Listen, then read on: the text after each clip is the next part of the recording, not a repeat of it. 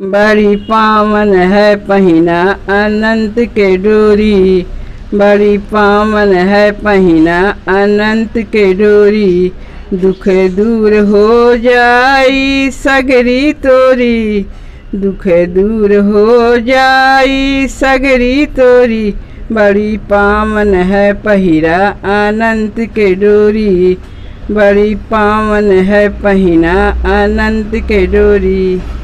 गंगा जल दही चाहे दूध से धोवाला। गंगा जल दही चाहे दूध से धोवाला। धोत 14 अवतार बस जाला।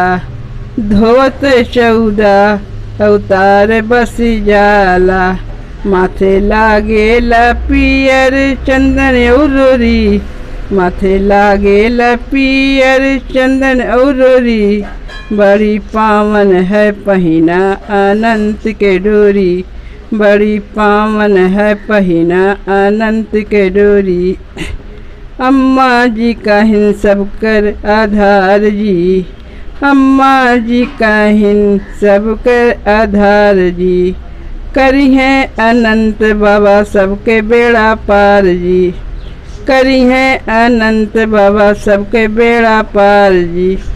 भक्त पूजे चरनिया हथवा जोड़ी। भक्त पूजे चरनिया हथवा जोड़ी। बड़ी पावन है पहिना अनंत के डोरी।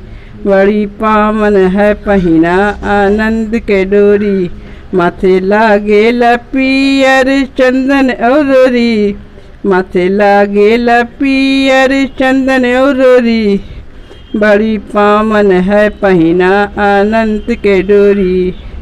बड़ी पावन है पहिना अनंत के डोरी।